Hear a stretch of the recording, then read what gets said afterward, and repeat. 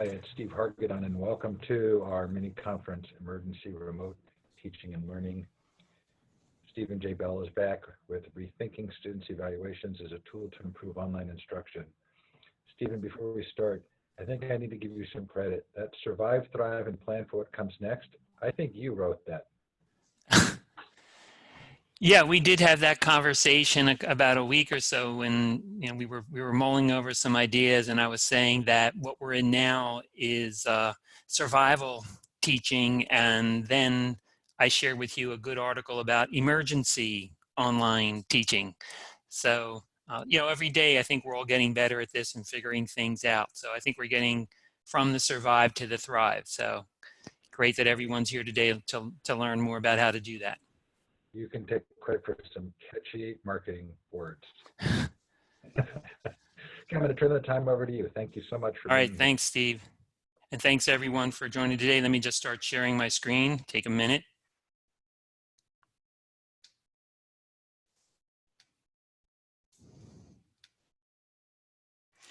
All right, let's get started. Hey everyone, welcome. I'm Stephen Bell.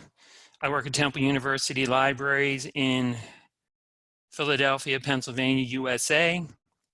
I know we have folks attending this conference today from K through 16, teaching in all different types of environments. The one thing we do have in common, I believe, is that we're all trying to do our best in figuring out how we can do a better job of helping our students succeed academically in online environments. And anybody who's teaching online for any amount of time knows that not everyone is has the right mindset for succeeding as an online learner. So it's really important for us all to do everything we can to create the right systems and support to help our students succeed. And I really appreciate you being here today for whatever I can share today. I was just in Candy's session learning about personalized learning. I think this will complement some of the things that she was discussing today, but we're taking a look at it differently. Rather from the instructor perspective, I'm going to be sharing the student perspective based on what we learn from them in their evaluations. By trade, I'm a librarian. This is not a presentation about or for libraries. Again, it's for anyone who's an online instructor and who wants to improve the quality of the learning that they deliver and can be more open to what can possibly be learned from student evaluations, which in and of themselves are somewhat controversial as assessment tools.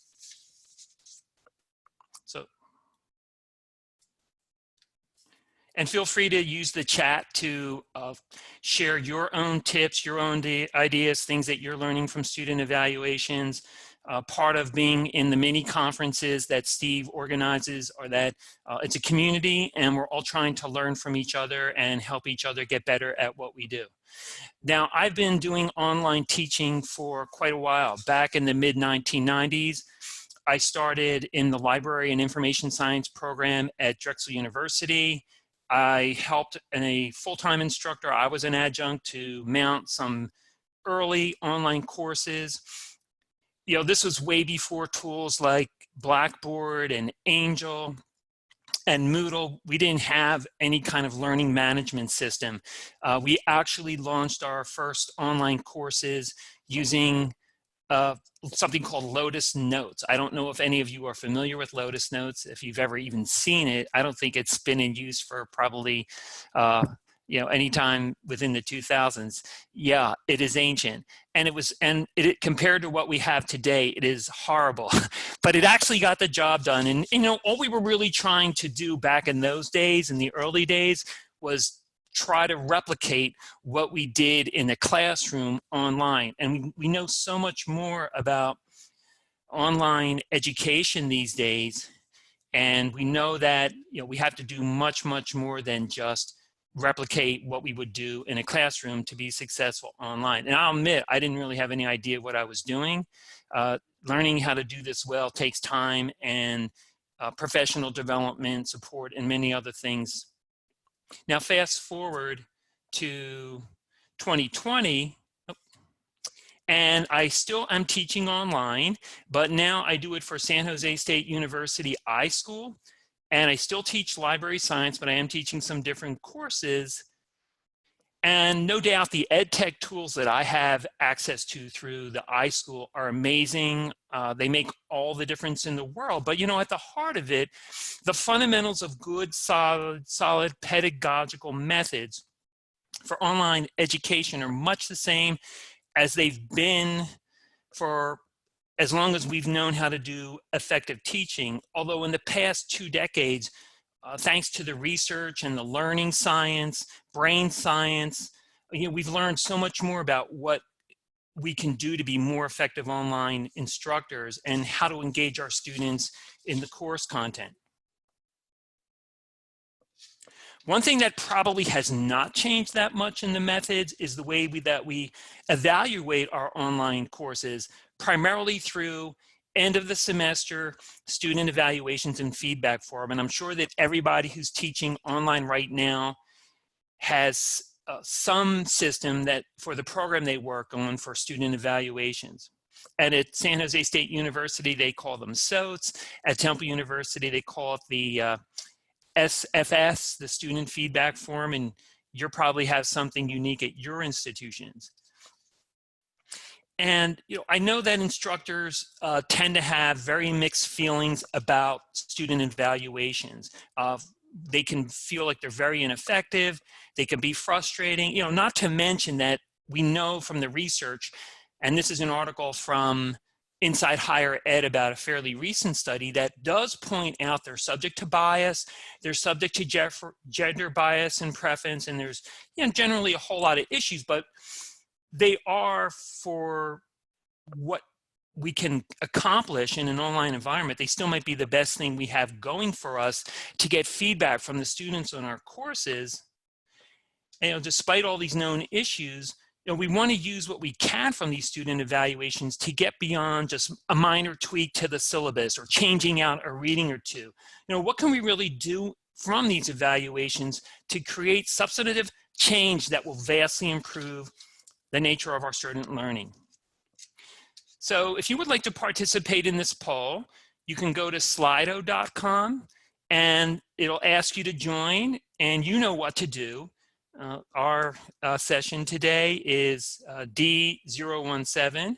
And all I wanted to ask right now is, what do you think is the impact that student evaluations have on your course revisions? And just to tell a quick story while you're doing that, when I started out teaching early on at Drexel, I asked this senior faculty member, oh, what do you do with your course evaluations? How do you use them to modify your course?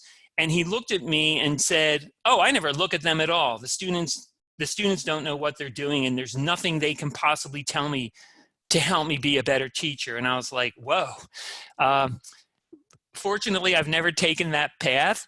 Apparently, there are some people out there who have that reaction. So what we're seeing here is that the majority of you do say it has a moderate impact. I'm glad to see that most of you do not feel like it's worthless and only has a minimal impact on what you do. And fortunately, unlike my colleague who said, I don't even pay attention to them, at least everybody in the session today takes some time to look at them and try to learn something from it. And Marie is commenting that our leadership, the administration, wants it tied to assessment. And yeah, there's no question, even at San Jose State University, it's very important to do well on your student evaluations, because after 2 semesters of teaching, if your evaluations are rated lower than a certain pointage, you will actually be put on probation. And if you don't improve, the evaluations don't improve when you're teaching, you will not be asked to come back and teach. So that is something that, you know, definitely is a factor for faculty and the impact that evaluations can have on us. So what I'm going to do, so I'm going to get into these 10 tips. We're doing a kind of a brief, fast-paced session today. I'm sure there are other tips that are out there, but feel free to join, share something that you think is important if you would like to while I'm going over the 10. So I'll just say that San Jose takes the online instruction environment very seriously. They are a Quality Matters institution and they follow the framework. You can see some of the requirements that instructors have to go through. And I will say taking a 25-hour initial online course is not great. It's rigorous, but I learned a huge amount from that course, and I'm really glad that I did immerse myself. Even though I had been teaching online for quite a while, I learned a huge amount, particularly using the technology tools that they have available. Now, I also mentioned that we have to take required continuous online learning. So we have to participate in 3 webinars every year to keep up our continuing education requirements. And one of the sessions that I went to about a year ago really got me thinking differently about student evaluations. And instead of perceiving them as a necessary evil, I started thinking of them as more of a motivator for me to do better and a way that they could shape my instruction so that it would be of higher quality. And in this particular session, this is just a screenshot from the session.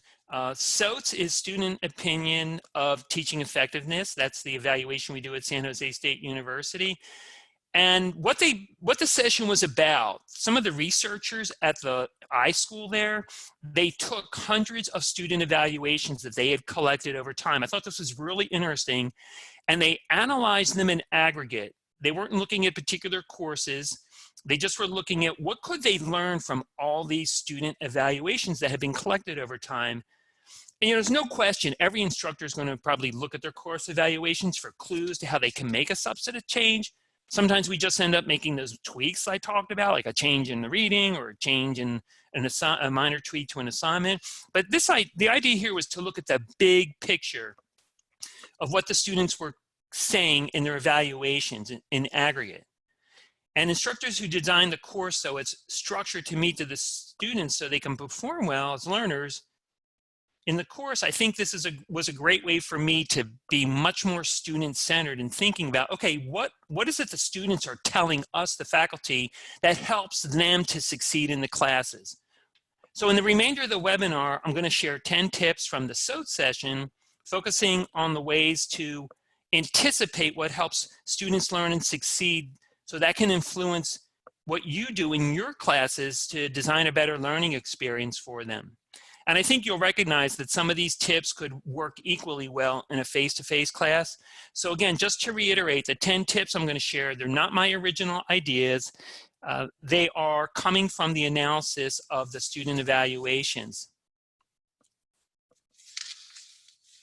So tip number 1, clearly theory is important, but I teach at the graduate level, and mostly it's about adult learners. They're already working in the field, and they want concrete examples and anecdotes. They do want to know the underlying theory of our profession and our science, but they also want the content to relate to what they do every day in the workplace. They want what I'm teaching to relate to their experience, and they want to bring their experience into what I'm sharing. That's really important to them, to have those opportunities to talk about what they do and how it impacts what they're learning in the course. So I want to make sure I'm giving them practical examples and practical activities so they can build on the theoretical foundation, and they can see where the work that they're doing fits into what will be their practice of librarianship. So it's really helpful. What the students are telling us is, I'm fine with, I like the theory, but make it practical for me so it can be relevant to what I do day to day. They also tell us that they want assignments that are relevant to what I'm talking about in my lectures and in the readings and the information I give them to learn. Their top 2 requests as far as assignments go are, don't give me busy work to do, and make the assignments so that they're structured into smaller blocks that build on each other from class to class. So this is a case that I think you are familiar with, where you want to kind of break things down a bit and give it to them in smaller pieces, like you might do with your lecture videos. Instead of giving them, a 1-hour lecture video, you'll break it down into 10-minute segments or shorter if you can. As an online instructor, I think one of the biggest challenges is designing assignments that are going to work well for the students. but we don't want to give them so much detail. And I know sometimes students will ask you, tell me what you want me to do, tell me exactly what I need to do. But I know you're reluctant to do that for good reasons, because we want the students to critically think about how to complete the assignment on their own terms, and you don't want to be overly prescriptive in telling them how to do it. So I think following these two guidelines of just trying to make sure it doesn't come off as busy work, but it's very grounded in the lectures and in the material they're learning, and also getting to know your students and the kind of things they're doing, and then not make it so it's overwhelming, but make it so that it's in chunks that are doable enough for them so they don't feel overwhelmed. And be a listening leader. I'm all for that. It's, being a great leader means you start by listening and asking questions and not assuming you know everything. So thanks for sharing that, Joanne. Tip number 3 that they told us is emphasize and keep emphasizing what you think are the most important things in the classroom week to week. So one tip that I learned is to give the students at the start of each week a verbal. I think verbal works well. It's very easy now to do like an audio recording for your students or a video, but a written summarization can even work. Now, what are the top takeaways from the prior module? After we've gone through and we're starting a new week of material, I want to reiterate the key concepts. I want to give them my observations on what they said in discussions and what I saw in their assignments. So yeah, I think it's a great idea to keep focusing them on the most important takeaways. And I summarize every week by text or audio, what they need to know from the prior week and how it's going to build on the coming week's material, where they demonstrated competency, where there can be some improvement. They feel like I'm paying more attention to what they're doing in the discussions, even though I'm personally responding to every single person. But summarizing it makes it feel like, yeah, we're all in this together. So I really think those weekly summaries have really helped me to get good feedback from the students. This is one you probably already know if you're an online instructor, but this comes through loud and clear in on the student evaluations. They prefer instructors who are getting back to their questions and their comments, their discussions, their discussion comments. The SOTS clearly confirms all of that.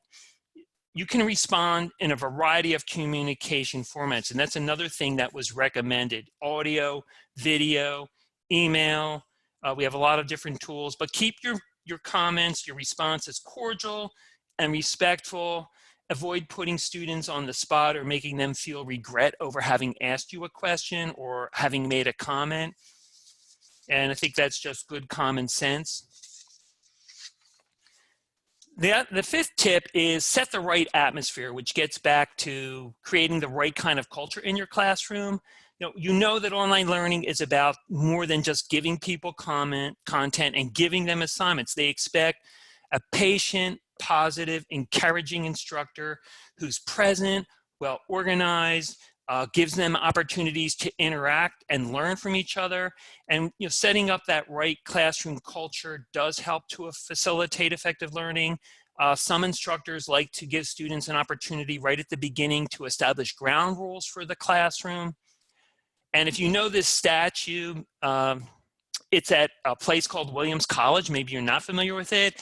And it gets back to something that was said back in the I want to say the 1800s. The best education is Mark Hopkins, who was the teacher there on one end of a log and a student on the other. So, that idea of personalized, one-on-one, high level of attention instruction. They were doing it back in the 1800s, and it still works great today in our online environment.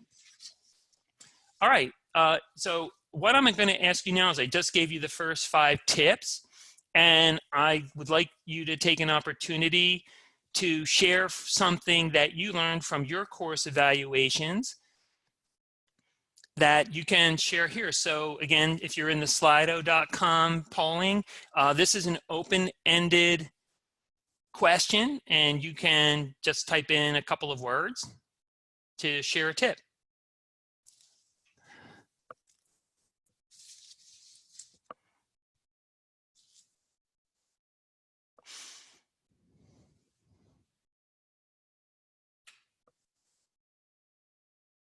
Okay, and thanks everyone for your comments in the chat. These are some good ideas being shared there. Yeah, you might be seeing there's a Q&A tab in Slido and there's a poll tab. So you just need to change the tab from Q&A to poll. And if you do have questions, you can add that here in the chat. Should have time in the next few minutes for a couple of questions. All right, so again, just appreciate the tips you're sharing. Pacing, well, slow down and pacing. Listen to suggestions. I have a thought about that coming up.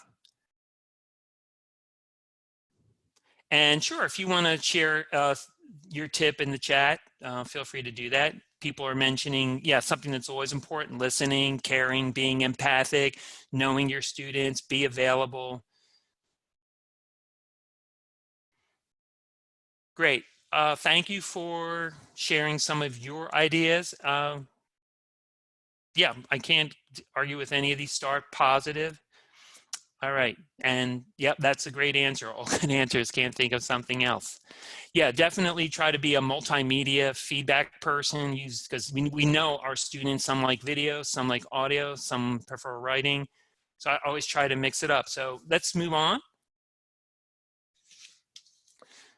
Tip number 6, if the atmosphere is right, your students will feel like they can easily contact and communicate with their instructor. And some of you even mentioned that, how it's important to know the names, be easy to contact.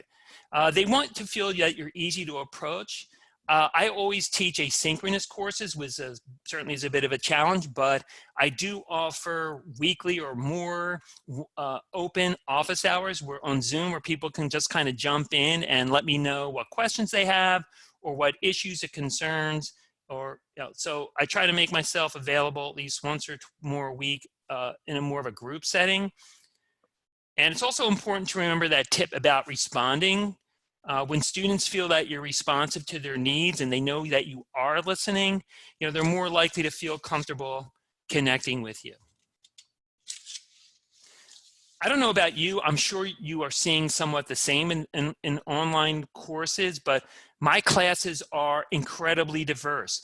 The last time I taught back in the fall, I actually had my first retired senior citizen who was returning to the class to earn a library science degree because they wanted to have a second career as a librarian, and I was really amazed by that.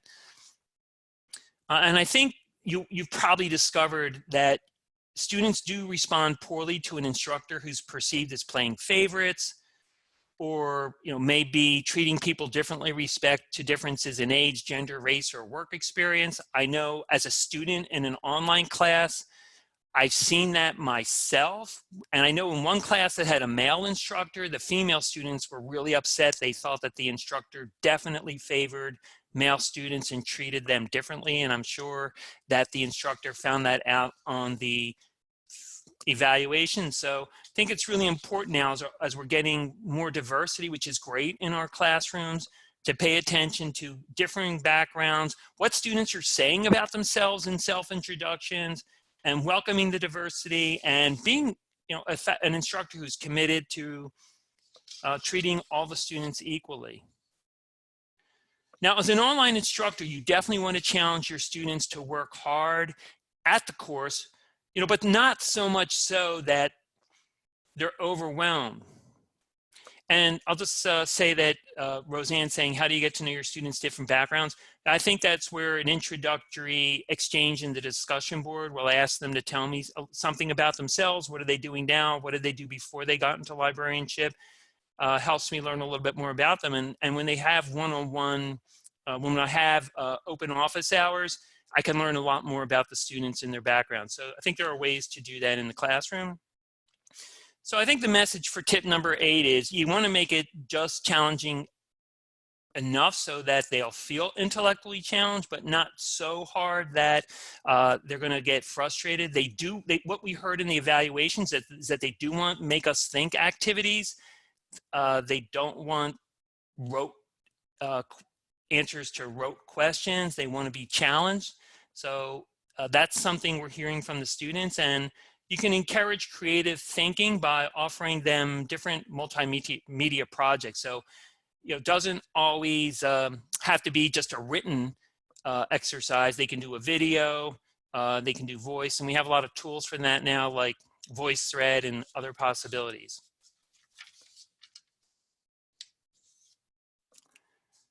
And associated with that is, again, it's not about making things easy to learn or dumbing things down. It's about taking some of the complex things that your students have to learn and working to make it understandable for them so that they're not confused by something that's overly complicated. And if that is the case, you will probably definitely hear from the students.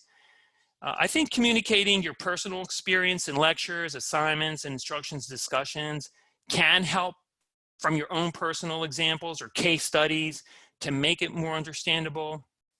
It makes the complex more relatable, so the students can put it into the context of their past learning and their current experience so that they can self-master the material. And final tip, feedback. You're all familiar with that. And I would say that along with fair and transparent grading, giving useful feedback that the students can use and learn from and improve is probably the hardest thing that we have in front of us as online instructors that we master. I have rubrics. I try to give expectations about how I grade. I try to give them feedback on every assignment to explain why I'm scoring it the way I do. If we didn't have to give grades, that would be great, but unfortunately we do. But still, I'll always see comments about, I didn't understand how you graded things the way you did. So I think that's something we have to keep working at. I know I have to personally, it's important to give praise for when they're doing things well, as far as the constructive criticism, and be specific in pointing out what they get right and where they need to improve. And I think you all probably know that it's really important to give very timely feedback. We hear that again and again in the online training and in our evaluations. If you wait 2 or 3 weeks to grade the assignments and give the feedback, by then it's too late, and they can't use that for the next week and to build on what they learned the week before. So I'll just wrap up with a couple of next steps.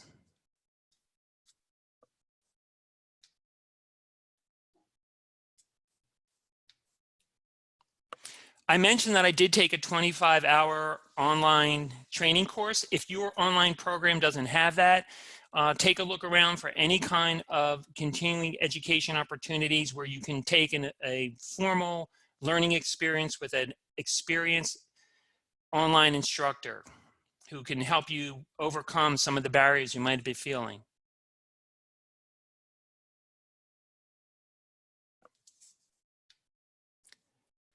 I would say go back. I'm sure you have access to some of your recent student evaluations.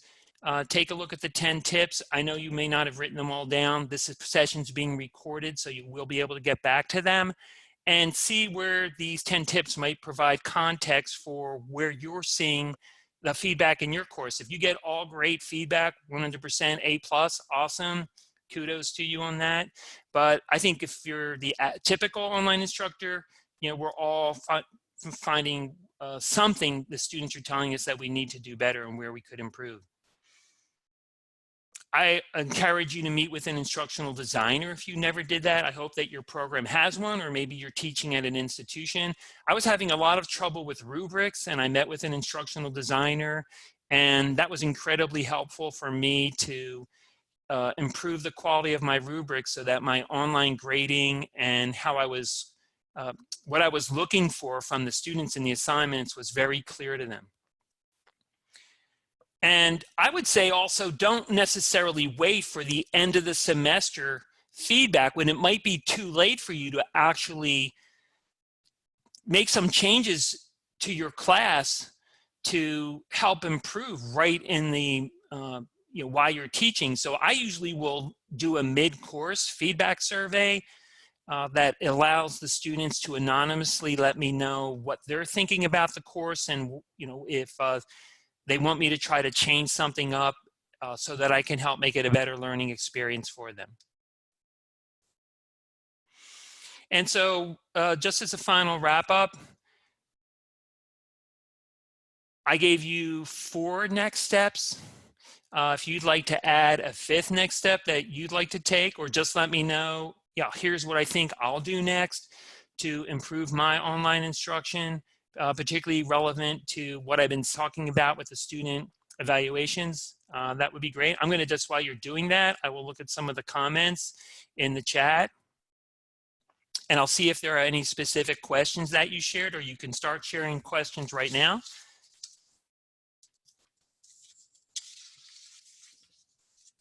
Yeah, read the evaluations. Lots of lots of laughs there. Okay, more rubrics.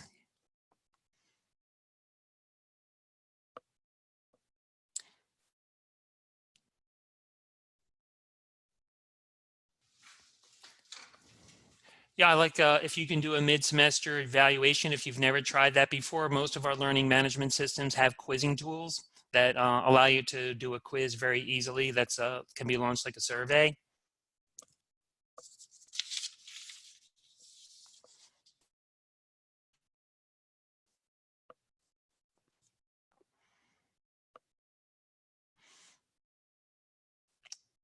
Great.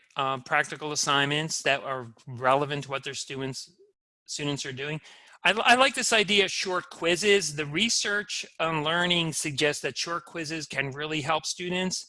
I think I do use them, but I do what I call no-risk quizzes. I don't grade them, so that it's more like a student doing an assessment of their own learning, so they can take the short quiz and see if they feel like they mastered that week's material or not. So I'm all for short quizzes. And I like that idea of backward design. You know, take what you're learning in the evaluation and use the backward design method to identify what your outcomes are going to be based on that. I don't think I would change mine tremendously, but you know, I might be exposed to an idea from a student that I hadn't previously considered. I know the folks at learning in the Learning Revolution want me to probably wrap this up, so I'm going to do that. Again, thanks for attending the session. My name is Stephen Bell. Feel free to get in touch with me at my email there if you would like to share some ideas or ask me a question that I wasn't able to get to today. I make myself available. I hope that everyone who joined today did learn at least one new thing, and that you'll think differently about your student evaluations and the way that they can be used to help you become a better instructor and help your students to be more effective learners. So thanks for being here. Stay safe, stay strong, and let's all keep working together to keep our students on track to succeed in our programs, graduate, and have awesome careers and when they become our colleagues. That's one of the best things about teaching in library science. It's great when you see your students graduate and become one of your peers. Thanks everyone again for joining today. And if we have another minute, if you have to go, I totally get that. I'll just take a quick look in case there are any questions that you might have. And thanks everyone for your very kind thoughts. Someone asked, Russ asked, do you mean literally short quizzes or quizzes at short intervals? Yeah, I would mean literally a short quiz, just a couple of quick questions, no more than 8 or 10. It takes the students just a couple of minutes. We know how busy the students are. They've got lives, jobs, families. And so I don't want to do anything. If I'm going to do something once a week, I don't want it to be overwhelming. So as far as the interval, it's just once a week. After I usually recommend it after they've gone through the reading or video lecture, whatever the case may be. And I think it's really important when you're developing the quiz to, for the right answer, explain why that's right and how it relates to the material. And if it's the wrong answer, I would just tell them to think about this and try again. Is there a particular online educator course you'd recommend? One is not coming to mind, Carrie. Why don't you send me an email, and if I can't think of one, I will check with one of my colleagues at Temple University who is a top-notch instructional designer and see if they can recommend something. I don't know if your institution has access to LinkedIn Learning. I think that can be quite helpful. There are some good courses on there about online instruction. And there are also videos on, I know in LinkedIn Learning, on using Canvas and other learning management systems. Sometimes just knowing how to take advantage of the tools can make all the difference. So good questions, thank you. Jim is mentioning that the University of Lethbridge offers an online instruction course for free. Thank you, Jim. I think that may answer Carrie's question. All right, so thanks again, everyone. I really appreciate you being here today, and good luck with your online learning at whatever level you're teaching. Good luck.